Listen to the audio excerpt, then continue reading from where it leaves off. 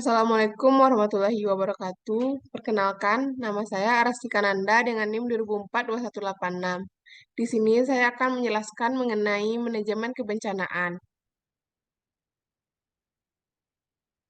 Yang pertama, definisi manajemen kebencanaan. Manajemen penanggulangan bencana dapat didefinisikan sebagai segala upaya atau kegiatan yang dilaksanakan dalam rangka upaya pencegahan, mitigasi, kesiapsiagaan, tanggap darurat, dan pemulihan yang berkaitan dengan bencana yang dilakukan pada tahap sebelum, saat, dan setelah bencana.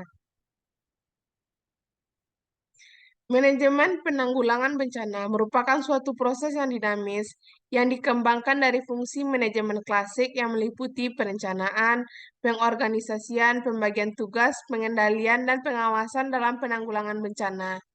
Proses tersebut juga melibatkan berbagai macam organisasi yang harus bekerja sama untuk melakukan pencegahan, mitigasi, kesiapsiagaan, tanggap darurat, dan pemulihan akibat bencana.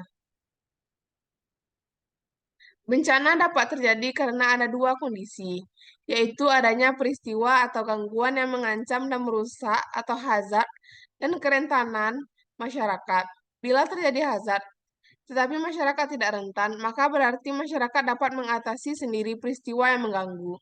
Sementara, bila kondisi masyarakat rentan, tetapi tidak terjadi peristiwa yang mengancam, maka tidak akan terjadi bencana.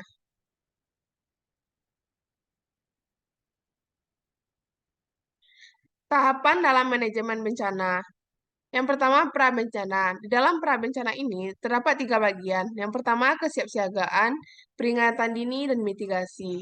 Selanjutnya, yang kedua, tahap bencana. Di sini terdapat tahap yaitu tanggap darurat. Yang ketiga, pasca bencana terbagi menjadi dua bagian, yaitu rehabilitasi dan rekonstruksi. Prabencana. Tahap manajemen bencana pada kondisi sebelum kejadian atau prabencana. Kesiapsiagaan, peringatan dini, dan mitigasi. Yang pertama, kesiagaan. Serangkaian kegiatan yang dilakukan untuk mengantisipasi bencana melalui pengorganisasian serta melalui langkah yang tepat, guna dan berdaya, sikap mental, budaya, dan disiplin. Yang kedua, peringatan dini untuk memberi peringatan kepada masyarakat tentang bencana yang akan terjadi sebelum kejadian.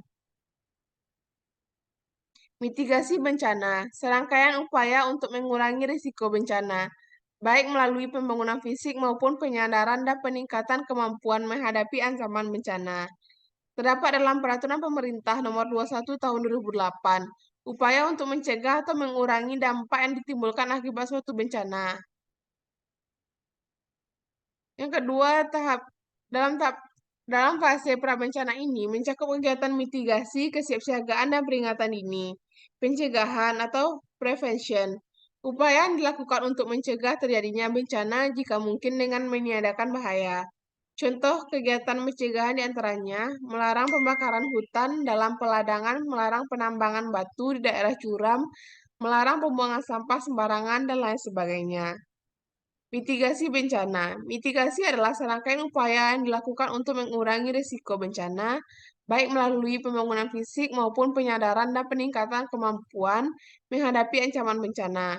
Kegiatan mitigasi ini dapat dilakukan melalui pelaksanaan penataan ruangan, pengaturan pembangunan, pembangunan infrastruktur, tata bangunan, dan penyelenggaraan pendidikan, penyuluhan, pelatihan, baik secara konvensional maupun modern.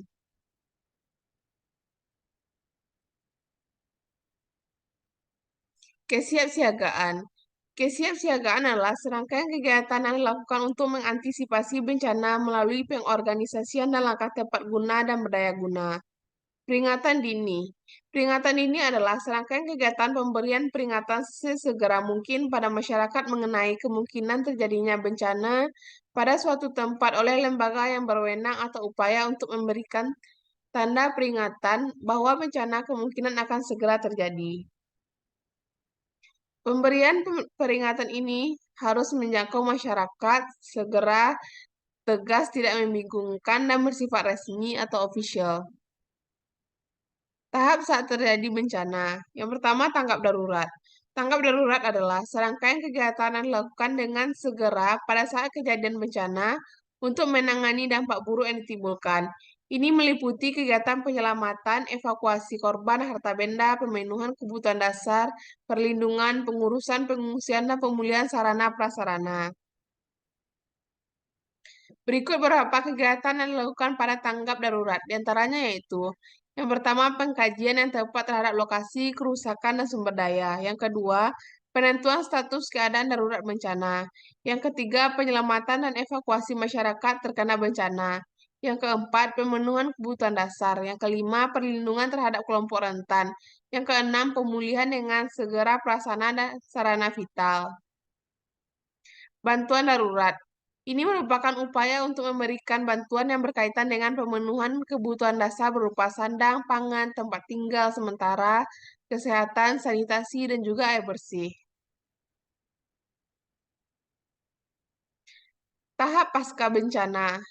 Dalam tahapan ini mencakup pemulihan, rehabilitasi, dan rekonstruksi.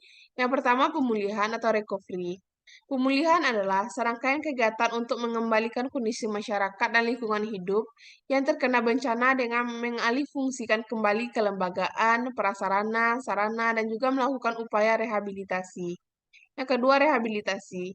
Rehabilitasi adalah perbaikan dan pemulihan semua aspek pelayanan publik atau masyarakat hingga tingkat yang memadai pada wilayah pasca bencana dengan sasaran utama untuk normalisasi atau berjalannya secara wajar semua aspek pemerintahan dan kehidupan masyarakat pada wilayah pasca bencana.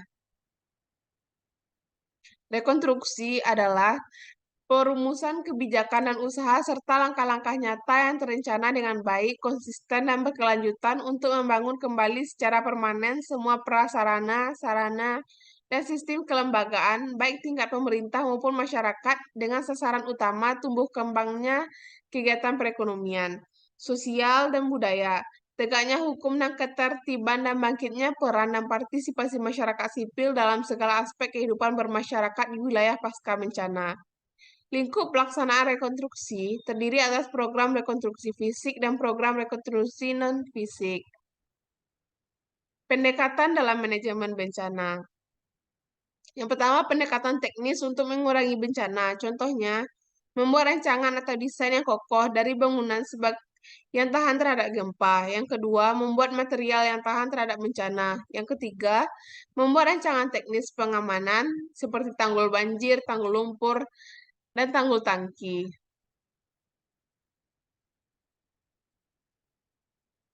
Yang kedua, pendekatan manusia. Untuk membentuk manusia paham dan sadar tentang bahaya bencana.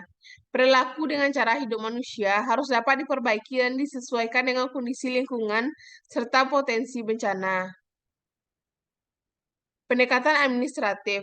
Penyusunan tata ruang dan tata lahan yang memperhitungkan aspek risiko bencana. Sistem perizinan dengan memasukkan aspek analisis risiko bencana. Mengembangkan program pembinaan dan pelatihan bencana di seluruh tingkat masyarakat dan lembaga pendidikan. Menyiapkan prosedur tanggap darurat dan organisasi tanggap darurat di setiap organisasi. Pendekatan kultural terbagi dua. Yang pertama ada anggapan bencana, yaitu takdir sehingga harus diterima apa adanya. Yang kedua, pemerintah mengembangkan budaya dan tradisi lokal untuk membangun kesadaran akan bencana. Kebencanaan dalam administrasi publik.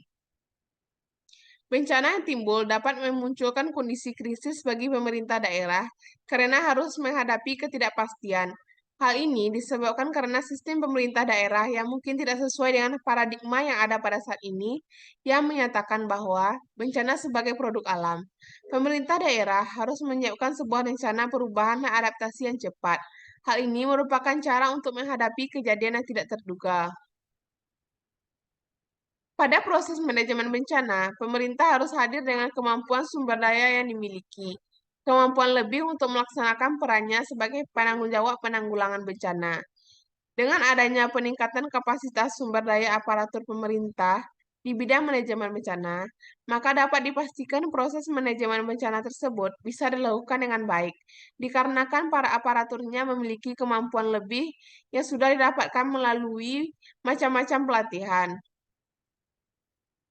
Pemerintah memiliki tanggung jawab utama untuk tindakan manajemen bencana. dan untuk mempertimbangkan peran yang dimainkan oleh stakeholder yang berbeda. Pendekatan top-down yang merupakan command and control seringkali digunakan untuk mengatur konsekuensi dari terjadinya bencana. Dalam pendekatan ini, keputusan datang dari otoritas yang lebih tinggi berdasarkan persepsi mereka pada kebutuhannya sendiri. Sekian penjelasan dari saya mengenai manajemen bencana. Assalamualaikum warahmatullahi wabarakatuh.